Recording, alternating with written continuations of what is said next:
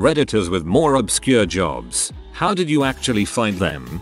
Insect trapper. Here, I travel around a territory and set up insect traps, looking for invasive species. I got the job by volunteering for 2 days at the local park, where they taught me what to do. 48 hours later there's a job ad in newspaper different park system, and I really cleaned up by using the appropriate keywords and phrases in my application.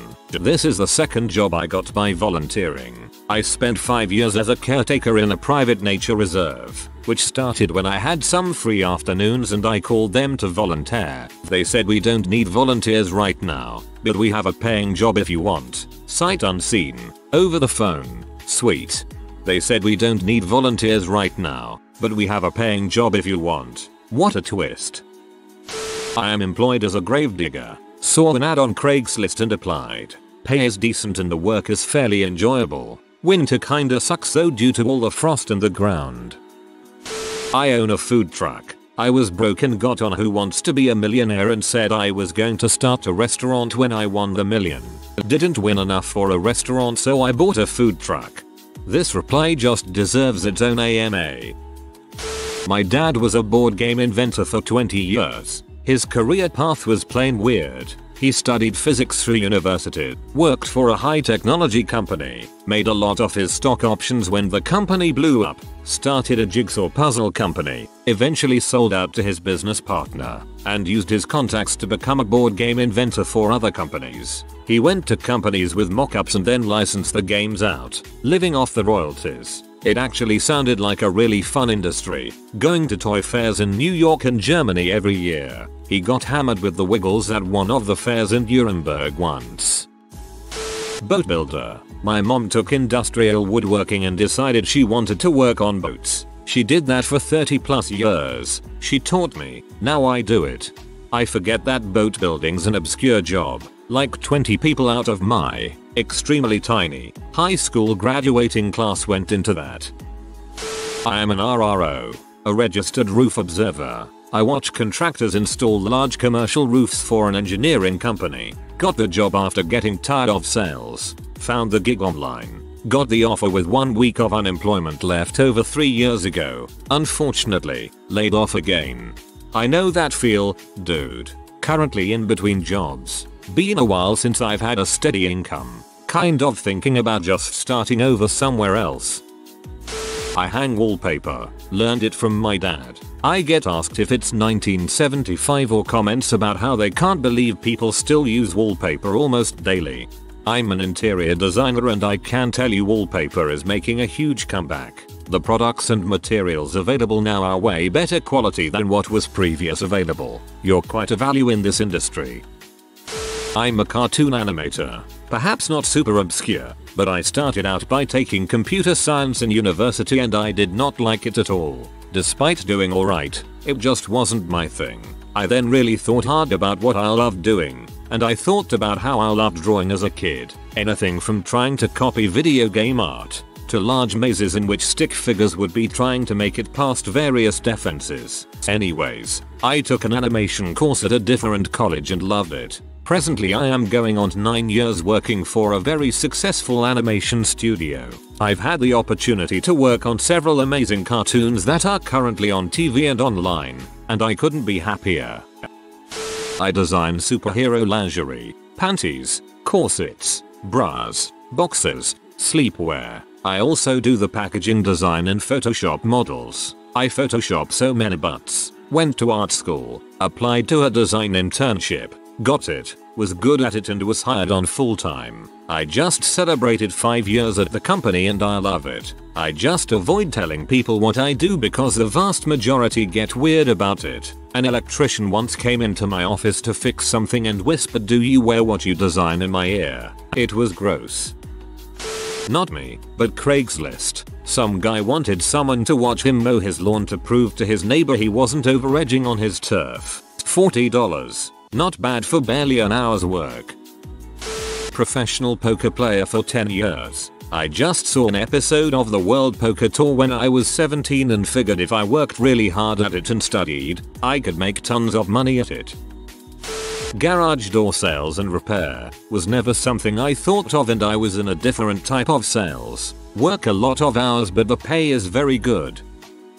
Well, I started doing stage crew back in high school in an after-school club which turned into a job in college. Through some networking I started freelancing while taking on an AV install job at the college. I eventually started working for a company that does AV and lighting for large-scale private events. So my job is a combo stage and video operator event coordinator. I love my job, but it is definitely not something I thought I was going to grow up to do. Feel free to ask questions if you want. I used to do digital film restoration work, motion picture film, cleaning up those scratches and specks of dirt you see on older movies. Though when you do that job for a while you realize that all movies have them and you can't stop seeing them, and it's awful. Got the job because my friend moved back into town and got hired there through some kind of family connection. Then realized he hated it, so I was like, hey, can you ask them if I can just have your job? I had no qualifications for it at all, just learned it on the spot, but most of it's not too hard to pick up really. So yeah, if any of you guys ever watch Air Bud 2, Golden Receiver on Blu-ray, you're welcome for the crystal clear viewing experience. I'm in the car shipping industry. You need a car shipped and we can help. My ex was best friends with my boss' daughter. That's how I got the job. I work more on the SEO side as a content writer, but the pay is good considering I've been doing it almost a decade. Back in high school I experimented with a variety of drugs, from weed to coke. A friend of mine got his hands on some magic mushrooms. Prior to this trip I had already been accepted to a fairly prestigious university for pre-med, and I was going to follow in my father's footsteps and become a doctor.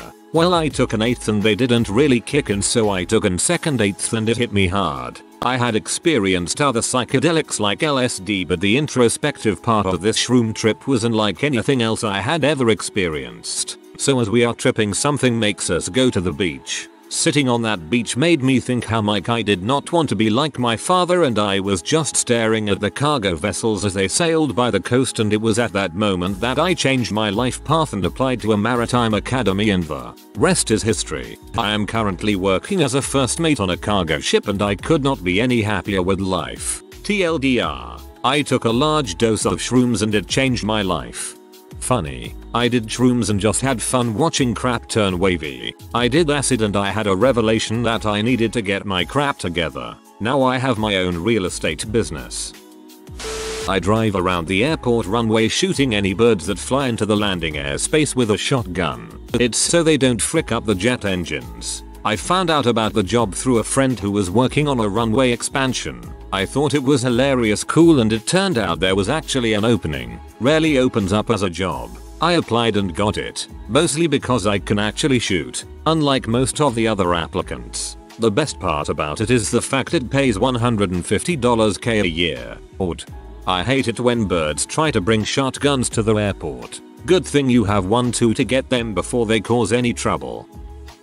I'm a liquor distributor, not a dude who works for a liquor distributor. I'm a fully licensed man-child who distributes 3 brands of hooch. The top 2 companies who do what I do control 99% of the market. I'm just a semi-hillbilly version of them. I started hobby brewing, then winner making, then distilling, before finally actually getting licensed. If you have a chance to start a business doing what you are passionate about, I suggest you do it. I've never been so poor. I've never been so content. The poor part is what scares me. I'm gonna try to use my mat leave time, a year in Canada, to get some things off the ground. I work at a hotel for dogs. I had interviewed at an animal hospital pet resort in 2011 and lost the receptionist position to someone with more experience. After my last job started treating me like absolute crap, I just dropped by and put in another application, whether they were hiring or not. The next day, they called, said they remembered liking me in my original interview, and asked when I could come for a working interview. Got it that time. So I started at the animal hospital as a receptionist, and 2 days later they started training me to replace the inept manager at our pet resort. After a few months, I switched to more of an assistant manager role and took over social media and web marketing for the resort and animal hospital. I get paid to dong around on Codecademy, look at pictures of dogs to put in my graphics for the Facebook. Then the cool stuff I do at the resort. I literally get paid to pet dogs. It rules. We work hard to keep the place spotless, smelling nice and clean, and keep the animals as happy and stress-free as possible. It's not terribly obscure, but I'm a compounding pharmacy technician. Most regular pharmacies make some compounds like magic mouthwash or liquid suspensions, but all I do is make compounds. The pharmacist where I used to work told me his daughter was looking for new techs to work at her compounding pharmacy and gave me her phone number. Started the job a week later. Before working in pharmacy, I sold fireworks all year round, which is probably somewhat obscure too. I just applied to work there during the summer and was offered the assistant manager position at the end of summer. Is an international buyer an obscure job? I buy network equipment, services, and basically most technology for a certain bank worldwide. I worked in insurance and financial services until I was headhunted by a recruiter for the bank, where I got into IT, finance and accounting. From there transitioned to a role internal to the bank as an international buyer. It's a pretty great gig. The second biggest bank in the US by assets has a really good entry-level program similar to this. They recruit heavily out of my school because A, it's really close to Charlotte, and B, we have a large number of supply chain finance double majors. I'm an acrobat. I make enough to have a good mortgage that I'm hauling bus to pay down, a new car every few years, and save some cash. My house isn't massive and I work my butt off. The quick story is I started when I was young, 10 years old, learning circus arts while I learned coding until I was around 16. I did a national tour at 16 and knew that was it for me. I finished high school with honors but never went to university. Currently touring the world roughly 10 months of the year and traveling constantly. Over 100 flights last year. That part sucks, but the shows are super fun. I wanted to be an acrobat so bad. I never got the chance to do any type of training though, so when I was 18 decided it wasn't going to work out. A 2-year associate's degree in 10 years of your life gets you a job as a golf course superintendent making $100K plus a year. It's not at all easy, but it's a lot of fun if you like being outside and also like mechanical things. Every day is different and the job is always evolving. I go to work every morning looking forward to my day. That's a luxury I can't out a price on. I teach after school competitive robotics and engineering to low income schools. I got the job because the principal of one of those schools had a daughter in my regular class, and one thing led to another. Surprisingly, the low income schools pay way more. The principal. I'm a stay-at-home dad. Marry a woman who is much smarter than you. She's a CPA with a Big 4 company and provides us a great living. I have a 15-year-old, a 4-year-old and a 2-year-old. All boys. We live on 5 acres where I'm a beekeeper and free range a flock of chickens. We are also finalizing the process of becoming foster parents. Stay-at-home dad, beekeeper, cares for chickens. That's awesome. I envy you, friend. This will probably get buried, but I'd like to post it to offer hope to others out there who are struggling with what they want to do with their life. My job, F-16 pilot, is not obscure, per se, but a lot of people give up on their dreams early on. Heck, a friend of mine's dentist told him you had to be the son of a congressman to become a fighter pilot. I've been told similar tall tales as well, the most common being you have to have 20/20 vision. I lived in a dirt poor neighborhood as a kid, but was able to get a full scholarship through ROTC, and became a pilot all because of the internet. If I hadn't been able to search for how to become a pilot, I guarantee I wouldn't be here today. I acknowledge that there is luck involved, but putting one foot in front of the other and continuing to trudge forward in the same direction is far more important, regardless of what your dream is. All that said, I am a firm believer that you can find happiness, sadness, frustration, anger, contentment, fulfillment, and dissatisfaction wherever life puts you. Always strive to improve yourself and dream big, but don't think that having a certain lifestyle will automatically make you happy. I used to work for a safe moving company installing gun safes, luxurious jewelry safes, vault doors, and anything in that realm. Pay was great and many people would tip us, especially for the luxurious safes. They cost on AVG 5k and up. Many were in the 20-35k range. Work was hard at times, but we had this machine called an Ultralift. Heavy duty stair climbing dolly that could lift 1,200 pounds on its own, that did most of the heavy lifting.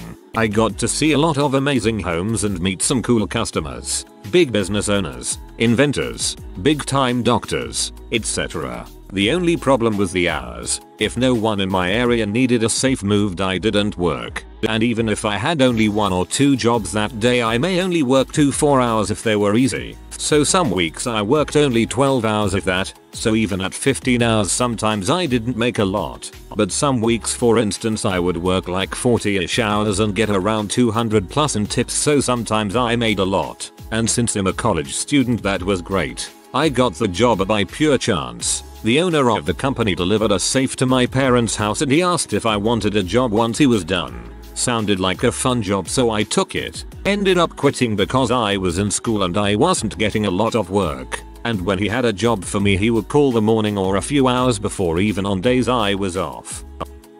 I fly medium to large UAVs for film, TV and critical infrastructure inspections. Was on CL one day and found an ad looking for someone with a PPL and RC experience. I had both and now have 1,500 logged hours of UAV flight time. Great pay, and we have full benefits now. In addition, I travel all over the world. I make scale models and movie props, rubber weapons, fake electronic crap, etc. I got into the job while looking for work while I took a year off university. After bouncing off a lot of the usual crap job possibilities, I finally thought to go somewhere where I might enjoy the work. Having always loved making miniatures, and the little model shop I walked into was looking for help. Many years and a few ownership switches later, I find myself going crazy painting rush orders of soft zombie killing weapons and faux African idols, as well as making models for developers, mines, displays, spacecraft builders, you name it. This is a job I'm super interested in. I went to art school and nothing really panned out after, so I had to get a pay the bills kind of job. I hate it. My job is not really obscure. How I landed the gig is more obscure. I get paid around $4,000 a month at 20 as personal assistant. My boss is a former client business partner of the scummy madam I used escort for. Well, her client business partner was looking for a new assistant that didn't mind bending the laws a little and had some office experience. 2 years later, I still work for him. I really don't do much. Open up his offices when needed, find him girls to hook up with, go shopping for him, handle business for his wife, small jobs. But no matter what, the money is always deposited in my account every month. Ramp Tower Coordinator. A ramp tower is a small glass box that usually sits on a terminal roof at larger airports. The tower coordinates the terminal's airline's operation. Found the job through my company after getting my foot in the door doing something more common. I coach a competitive youth rock climbing team at my local climbing gym. The pay isn't great, but the kids I work with are awesome and very strong. I got the job first by just climbing a lot. Then I started to work summer camps at the climbing gym, mostly just managing the ropes for little kids. Then after a while they needed someone to teach the team kids how to climb better, so I took the job. I work as a surveillance operator at a casino. I was tired of my job and saw an ad on Indeed and applied. True enough, I have loved it ever since. Was a dictionary salesman a couple years back. It was for mail order catalogs, and I had to write romantic copy to sell dictionaries and other book type items, mainly dictionaries. Found it as a job posting on Monster. Working at national parks. I was at the Grand Canyon working in a deli a couple months ago and am now a housekeeper in Death Valley. This is my last park as this lifestyle is getting stale for me, but it's great fun and there are people who hop from park to park their whole life.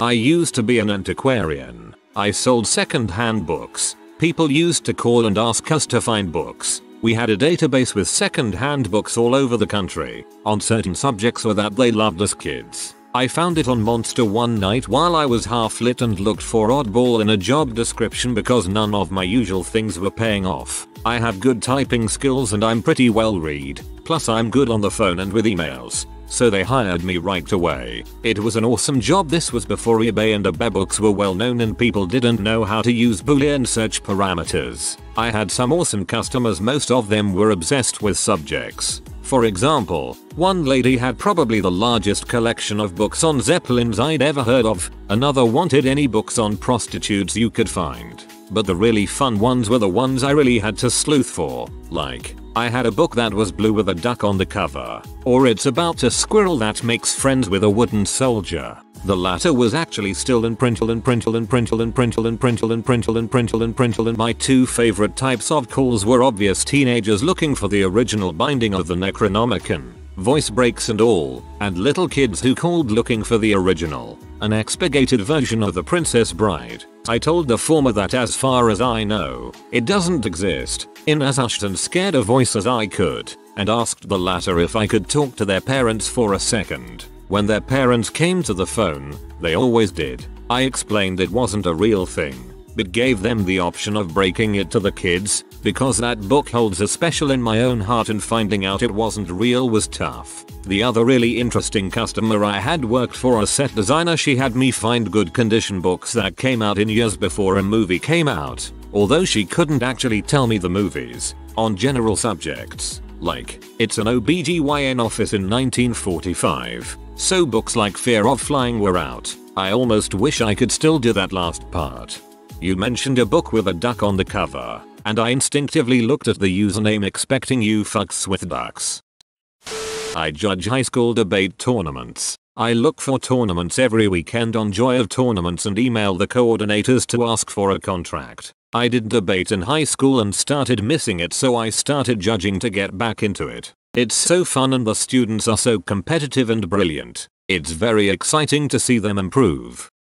Throwaway for reasons. I run a small country north of South Korea. It's hard work and I do not think I was ready when my dad left it to me. Died fairly young, but I manage. I used to get help from my uncle, but he died in a freak accident. But my people do always smile when I see them, so I must be doing something right. They even work for free on Saturdays.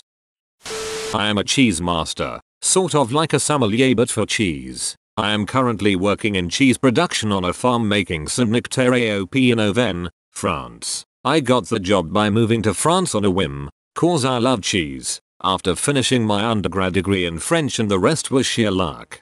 I just tried that cheese this Christmas. We got 2 wheels for my boyfriend's parents since it's their favorite cheese. It was really tasty.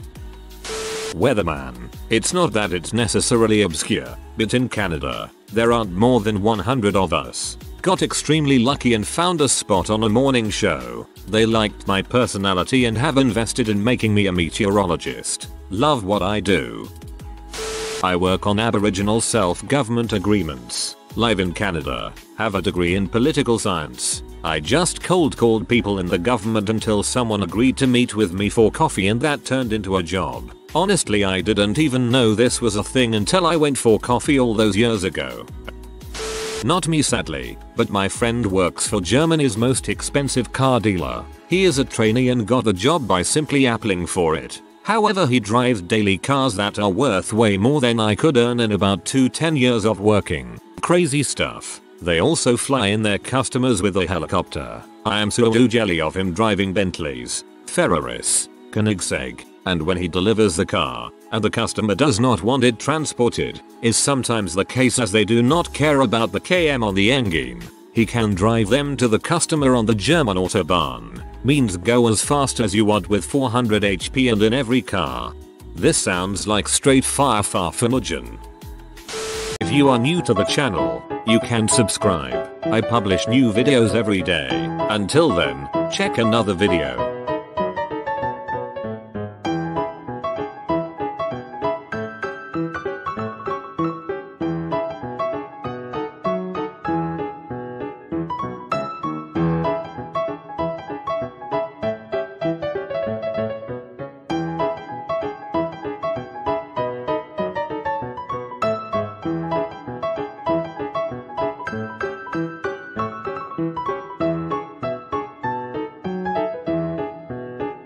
Bye for now.